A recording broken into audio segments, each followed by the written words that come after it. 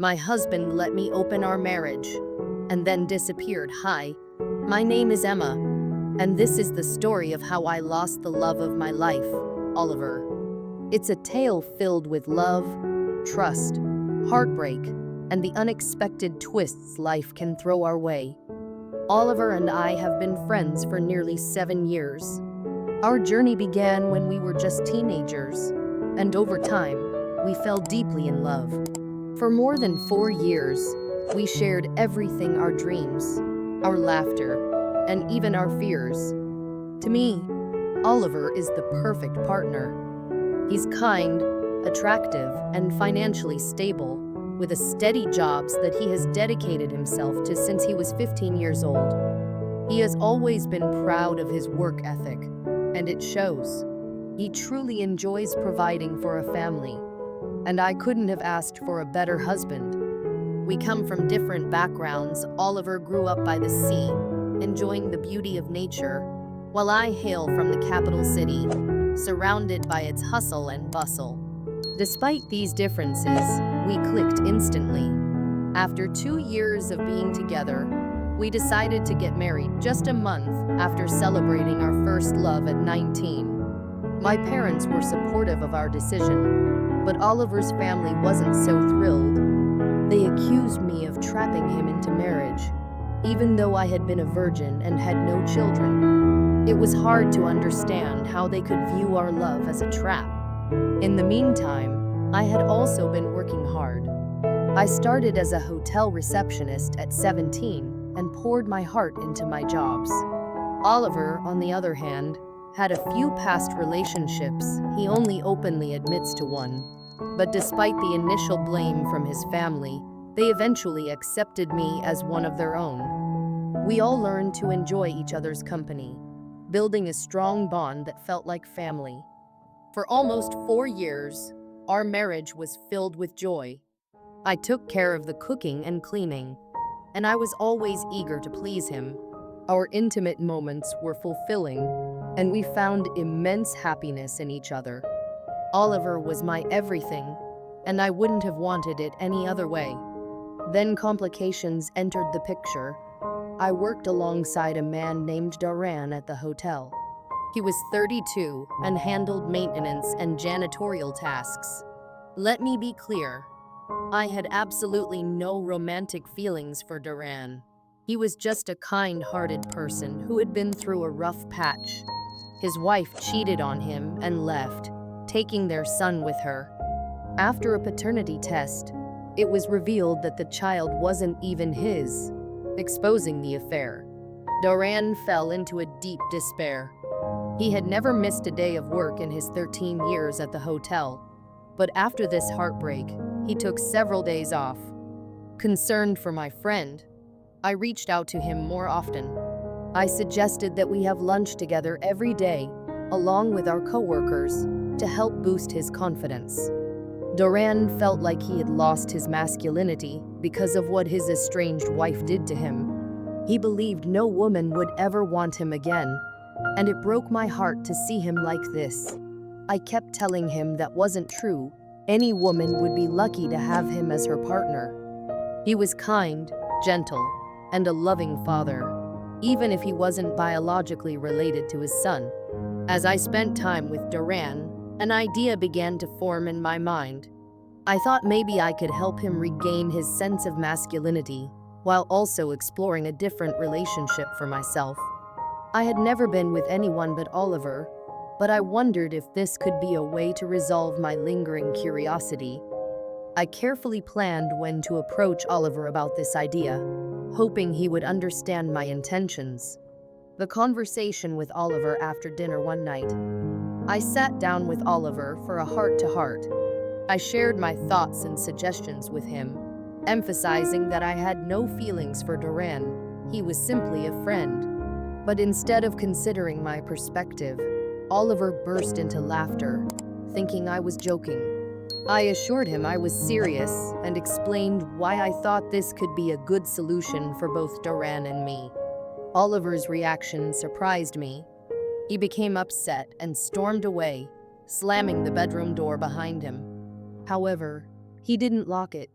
and I knew he needed to feel my love and commitment.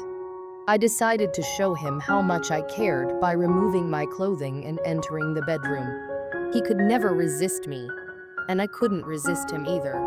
Even after 4 long years of marriage, our chemistry was still strong.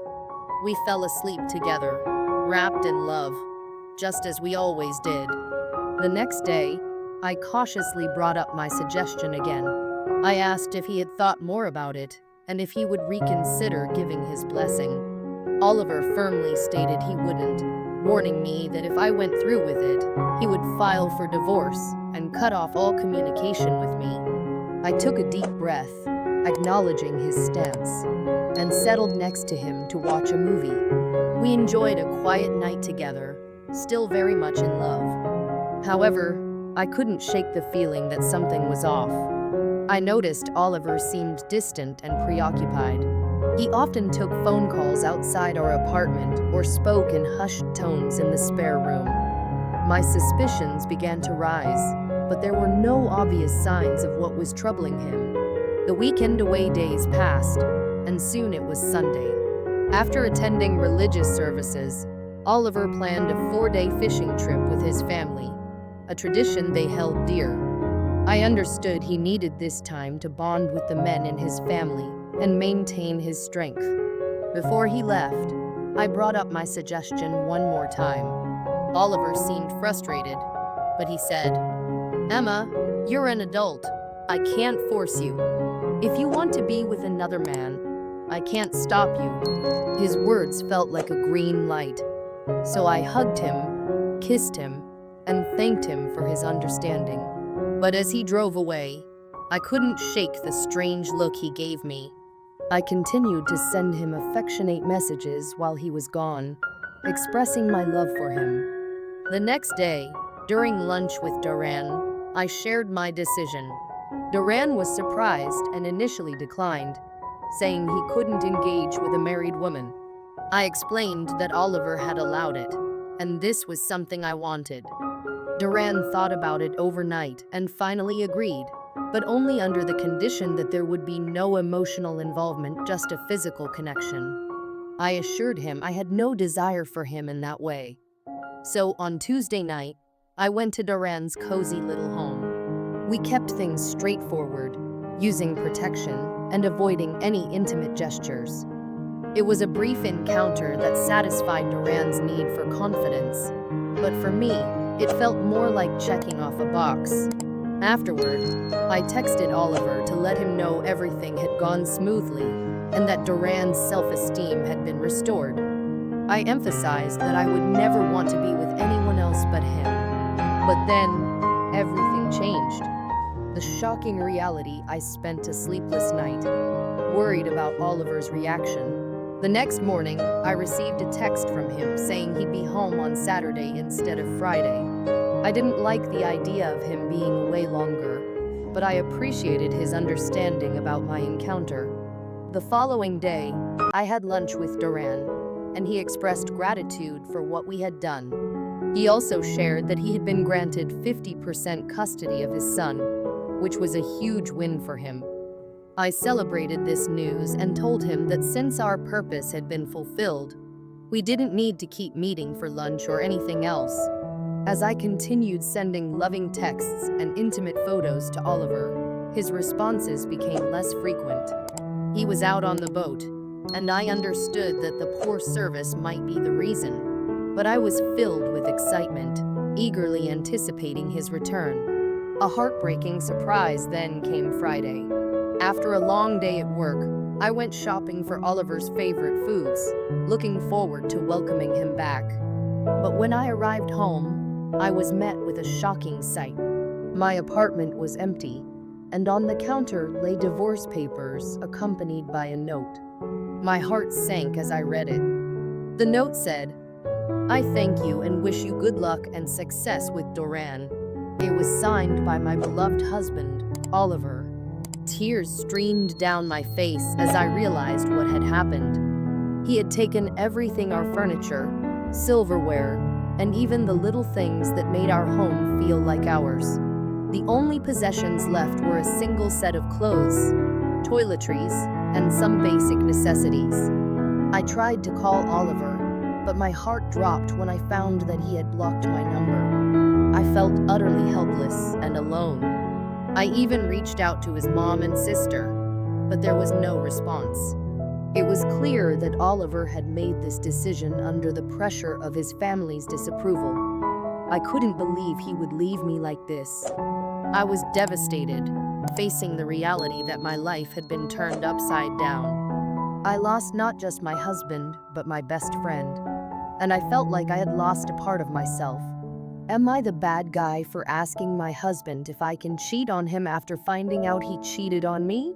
I'm a 32-year-old woman and a new mom to a lovely 3-month-old baby girl. I live with my husband, his parents, 2 brothers, 3 sisters, and some teenage nieces in a big house. I feel very lucky to have so much love and support from my in-laws. My husband and I have been married for a few years, and I thought we had a strong relationship. Things took a turn during one of our family dress-up nights, a fun tradition where we all dress up and spend time together. I really enjoy these nights, especially because of my nieces. But that night, my mother-in-law pulled me aside and looked uncomfortable. She showed me some WhatsApp messages that my husband had accidentally sent her instead of to another woman. The messages were romantic and clearly indicated he was cheating on me.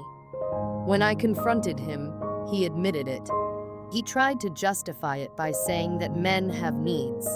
And since I was pregnant and recovering from childbirth, he wasn't getting what he needed from me. He insisted it was just physical and meant nothing to him, but that hurt me deeply. I was still recovering from childbirth and taking care of our baby, and he was betraying me. In my anger, I asked him if it was just physical. Should I go find someone else too? I wanted him to understand how it felt to be betrayed. He got furious and said I was being disrespectful by suggesting I could cheat on him too. Now, my in-laws are on my side and are very angry with my husband for what he did. They have been supportive of me and our baby, even saying they would support me if I decide to divorce him. But when I talked to my mom about this, she said I went too far by suggesting I could cheat. She had known about his affair for a while and didn't tell me because she didn't want me to raise my daughter without a father. I feel completely betrayed by both my husband and my mom. My husband is upset with me for my comment about cheating, and my mom thinks I should have handled it differently. So now I'm confused about everything. My in-laws support me, my husband is mad, and my mom thinks I should have stayed calm. Am I the bad guy for asking if I could cheat on my husband after finding out he cheated on me? Should I have reacted differently? Top comments. Ignore your husband and mom. Your comment was made in the heat of the moment, and he really did cheat. Your husband is selfish. He shouldn't expect respect after cheating. Focus on yourself and your daughter. Talk to a lawyer about your rights. You deserve better, and your daughter deserves to see you in a healthy relationship. Update. It's early in the morning, and I can't sleep. I want to share what's been happening since my last post. After I posted, I felt guilty, but I know my husband's cheating is not just a one-time mistake. My mother-in-law has been supportive, and my in-laws kicked my husband out of the house. They treat me like family, which I really appreciate because my own dad wasn't a good father figure. I need to find out who my husband's affair partner is. I suspect it might be my best friend because I saw her name in the messages. I plan to talk to my husband and also consult a lawyer about divorce and custody. I want to support myself and my daughter, but it's scary to think about what lies ahead. I need to set boundaries with my mom too, especially since she knew about my husband's cheating and didn't tell me. I want her support, but I also need her to respect my choices. For now, I'm staying with my in-laws, who have been very supportive. I want my daughter to have a strong relationship with them. More supportive comments. Don't let your husband know you're thinking about divorce. You deserve better. Show your daughter that she doesn't have to accept bad behavior in relationships. Think about how you'd respond if your daughter faced a similar situation in the future. Another update. My husband showed up at my in-laws' house with the other woman. I can't believe he thought that was okay. It wasn't my best friend, but another woman with the same name. My father-in-law was furious and kicked them out immediately. What hurt the most was that my husband didn't even acknowledge our daughter. It was like she didn't matter to him anymore. After this, my father-in-law contacted a lawyer to remove my husband from the family inheritance and put our daughter's name in his place, which surprised me.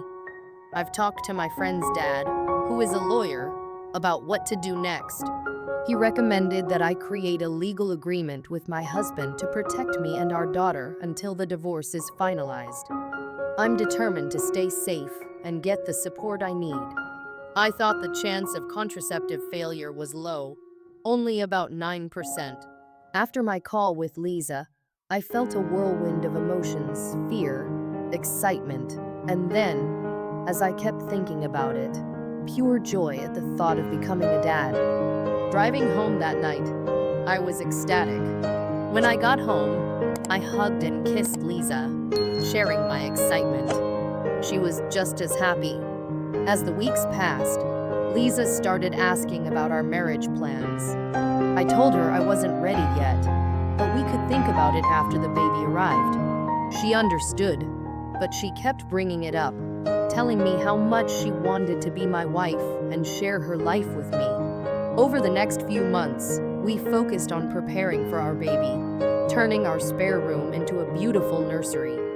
I went all out on the furniture and decorations, making sure everything was perfect for our little one. Life was going so smoothly that when Lisa reached her 7th month of pregnancy, I decided to propose. I got down on one knee, and Lisa joyfully shouted, "Yes, yes, yes. I will marry you, John." We were both thrilled. I suggested we have a small ceremony at the mayor's office the next month, followed by a reception after the baby was born. She happily agreed. We set a wedding date, but just a few days before the ceremony, Lisa went into labor. We rushed to the hospital at 4 a.m., and by 9 a.m., Lisa had given birth to a healthy baby boy. I was in the delivery room, supporting her, and while everything went well, I noticed something strange. The baby didn't look like me at all. He had jet black hair and a deep brown skin tone, looking Hispanic. While both Lisa and I come from families with light hair and fair skin. When the nurse handed the baby to Lisa, I glanced at her face. Despite trying to stay calm, I could see she was shocked by how the baby looked. My heart raced, but I pretended everything was fine. When Lisa asked me to hold the baby, I did, but tears filled my eyes. I felt overwhelming sadness, knowing he wasn't biologically mine. I handed him back to Lisa and told her I needed to go share the news with our parents.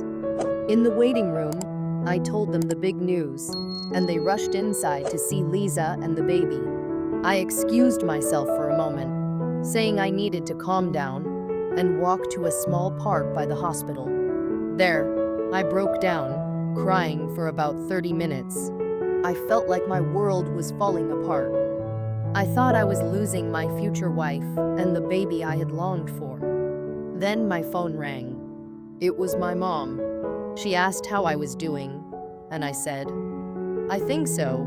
She then said, "Son, I know why you left." I told her, "Mom, the baby isn't mine." She comforted me, saying, "Son, I know, and I'll support you no matter what you decide."